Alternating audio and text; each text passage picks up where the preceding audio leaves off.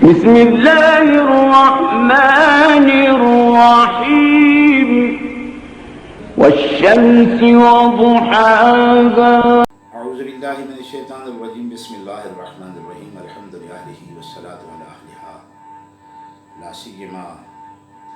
سلام علی الحسین وعلی علی بن الحسین وعلی اولاد الحسین وعلی اصحاب الحسین اما بعد۔ برادران عزیز، آج کی بھی ہماری گفتگو امام حسین علیہ السلام کے ہی متعلق ہے کہ امام حسین علیہ السلام وہ باکمال شخصیت ہیں کہ قرآن مجید میں بھی جن کا ذکر موجود ہے، مختلف آیات ہیں جو امام حسین علیہ السلام کی شخصیت پر دلالت کر رہی ہیں اور ان کی عظمت کو بیان کر رہی ہیں۔ ان میں مثلاً آپ آیت تطہیر کو لے لیں، اسی طرح سے آیت مباہلہ کو لے لیں، اسی طرح سے آپ سورہ طہر کو لے لیں، اسی طرح سے آپ آیت مودت کو لے لیں۔ یہ ساری آیات قرآن مجید امام حسین علیہ السلام کا تعارف پیش کر رہی ہیں اور بتا رہی ہیں کہ حسین کون ہے، اور اسی طرح سے احادیث نبویہ صلی اللہ علیہ وآلہ وسلم مقام اور مرتبہ امام حسین علیہ السلام پر دلالت کر رہی ہیں اور رہنمائی کرتی ہیں۔ اور معرفت امام حسین علیہ السلام کو حاصل کرنا ہو تو قرآن مجید کو اگر کوئی انسان صحیح طور پہ سمجھتا ہے اور احادیث نبویہ صلی اللہ علیہ وآلہ وسلم کو اگر کوئی انسان ذہن میں رکھتا ہے تو مقام امام حسین علیہ السلام اس کی سمجھ میں آ جاتا ہے کہ امام حسین علیہ السلام کو بھی مقام حاصل ہے جو قرآن مجید کو حاصل ہے۔ جس طرح قرآن مجید خالق کائنات کی طرف سے ہے، اسی طرح سے امام حسین علیہ السلام کا منصب امامت بھی خالق کائنات کی طرف سے ہے۔ جس طرح رب رحیم و کریم نے قرآن مجید کے لیے فرمایا ہے کہ ذالک الکتاب لا ریب فیہ، یہ وہ کتاب ہے جس میں کسی قسم کی شک و شبہ کی گنجائش نہیں ہے۔ اسی طرح سے امام حسین علیہ السلام کی شخصیت بھی ایک ایسی شخصیت ہے، یعنی شخصیت امام حسین علیہ السلام گویا کہ وہ ایک ایسی کتاب ہے کہ ذالک الکتاب لا ریب فیہ، یہ وہ کتاب ہے کہ جس میں کسی قسم کا کوئی شک ریب نہیں ہے، شک و شبہ کی گنجائش نہیں ہے۔ عظمت امام حسین علیہ السلام، مقام امام حسین علیہ السلام، صبر امام حسین علیہ السلام، استقلال امام حسین علیہ السلام، شجاعت امام حسین علیہ السلام۔ تو رسالت مآب صلی اللہ علیہ وآلہ وسلم کی حدیث اس پر شاہد ہے، جس میں ارشاد فرمایا کہ انی تارک فیکم الثقلین کتاب اللہ و عترتی اہل بیتی، دو چیزیں تمہارے درمیان چھوڑ کے جا رہا ہوں۔ تو ثقلین کا لفظ رسول اللہ صلی اللہ علیہ وآلہ وسلم کا استعمال فرمانا یہ خود اس چیز کی طرف اشارہ کر رہا ہے کہ وہی مقام اور مرتبہ جو قرآن مجید کو حاصل ہے وہی امام حسین علیہ السلام کو بھی حاصل ہے، چونکہ عطرت میں اور اہل بیت کی ایک فرد امام حسین علیہ السلام بھی ہیں۔ تو جو مقام اور مرتبہ قرآن مجید کو حاصل ہے وہی امام حسین علیہ السلام کو حاصل ہے۔ مثال کے طور پہ قرآن مجید میں خالق کائنات نے قرآن مجید کی آیات میں شفا رکھی ہے۔ قرآن مجید کی آیت ہے شفاء لما فی الصدور، دلوں کو جو امراض ہیں، دلوں کے امراض کے لیے قرآن کی آیات شفا کا درجہ رکھتی ہیں، اور واقعی قرآن مجید شفا ہے۔ کفر سے شفا ملے تو قرآن مجید سے، نفاق سے شفا ملے تو قرآن مجید سے، شرک سے شفا ملے تو قرآن مجید سے، رذائل اخلاقی سے اگر کوئی انسان شفا چاہتا ہو تو وہ قرآن مجید سے شفا حاصل کرے۔ تو جس طرح سے قرآن مجید میں شفا ہے، اسی طرح سے خالق کائنات نے امام حسین علیہ السلام کی خاک میں شفا رکھی ہے، اور ذکر امام حسین علیہ السلام میں خالق کائنات نے شفا رکھی ہے۔ اسی طرح سے جس طرح قرآن مجید میں کوئی نقص اور عیب نہیں ہے، ہر عیب اور ہر نقص سے قرآن مجید پاک ہے، اسی طرح سے امام حسین علیہ السلام کی ہستی اور سرکار کی جو شخصیت ہے وہ بھی ہر نقص اور ہر عیب سے پاک ہے، اور اس پر دلالت کر رہی ہے آیت تطہیر انما یرید اللہ لیذھب عنکم الرجس اہل البیت ویطہرکم تطہیرا، اور چادر کے نیچے باقی ہستیوں کے ساتھ امام حسین علیہ السلام بھی تشریف فرماتے۔ تو یہ آیت خود بتا رہی ہے کہ امام حسین علیہ السلام میں کسی قسم کا کوئی نقص، کسی قسم کا کوئی عیب نہیں پایا جاتا، بلکہ خالق کائنات نے ہر نقص اور ہر عیب سے پاک کر دیا ہے امام حسین علیہ السلام۔ تیسری صفت جو خالق کائنات نے قرآن مجید کو عطا فرمائی ہے وہ یہ ہے کہ قرآن مجید کو آپ جتنا بھی پڑھتے چلے جائیں قرآن مجید پرانا نہیں ہوتا، انسان اس سے تھکتا نہیں ہے، قرآن مجید کی تلاوت سے کوئی انسان اکتاتا نہیں ہے۔ تو قرآن مجید کی تلاوت پرانی نہیں ہوتی، بلکہ جب بھی آپ قرآن مجید کو اٹھا کے اس کی تلاوت شروع کریں گے تو آپ کو احساس ہوگا جیسے میں پہلی مرتبہ اس کی تلاوت کر رہا ہوں۔ اسی طرح سے یہ خصوصیت خالق کائنات نے امام حسین علیہ السلام کو بھی عطا کی ہے کہ امام حسین علیہ السلام کا ذکر جس طرح قرآن کی تلاوت پرانی نہیں ہوتی، اسی طرح سے امام حسین علیہ السلام کا ذکر پرانا نہیں ہوتا۔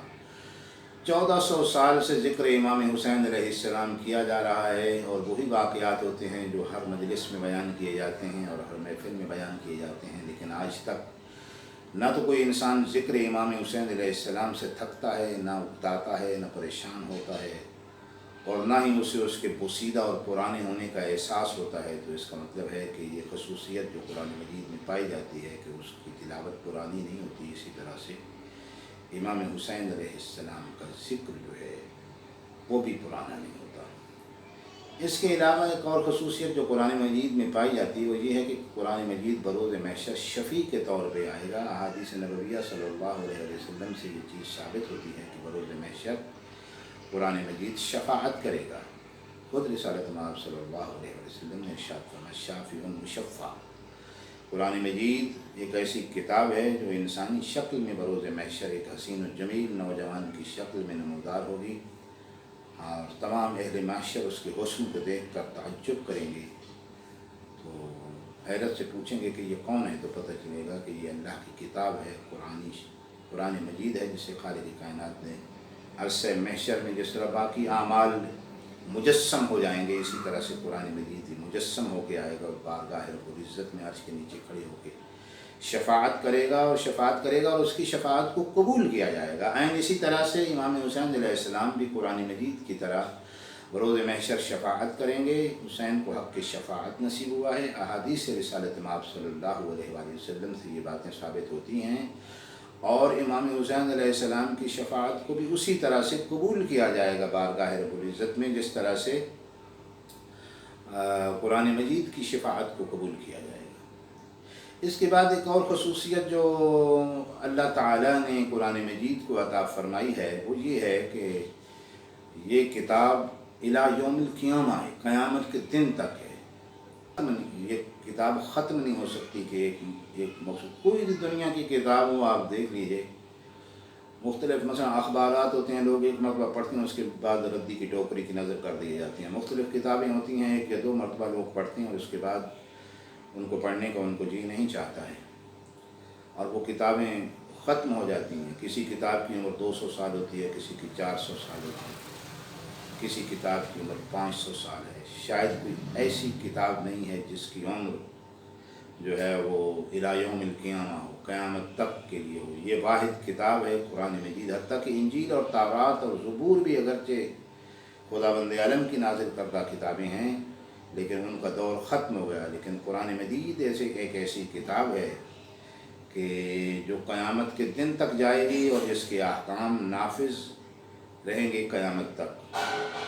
تو جس طرح قرآن مجید قیامت تک کے لیے کتاب ہے، اسی طرح امام حسین علیہ السلام بھی قیامت تک کے لیے ہیں۔ حسین کا ذکر، حسین کی یاد قیامت تک 1400 سالوں سے امام حسین علیہ السلام کا ذکر ہو رہا ہے اور جاری ہے، اور قیامت تک یہ ذکر جاری رہے گا۔ قیامت تک امام حسین علیہ السلام کی امام بارگاہیں آباد رہیں گی،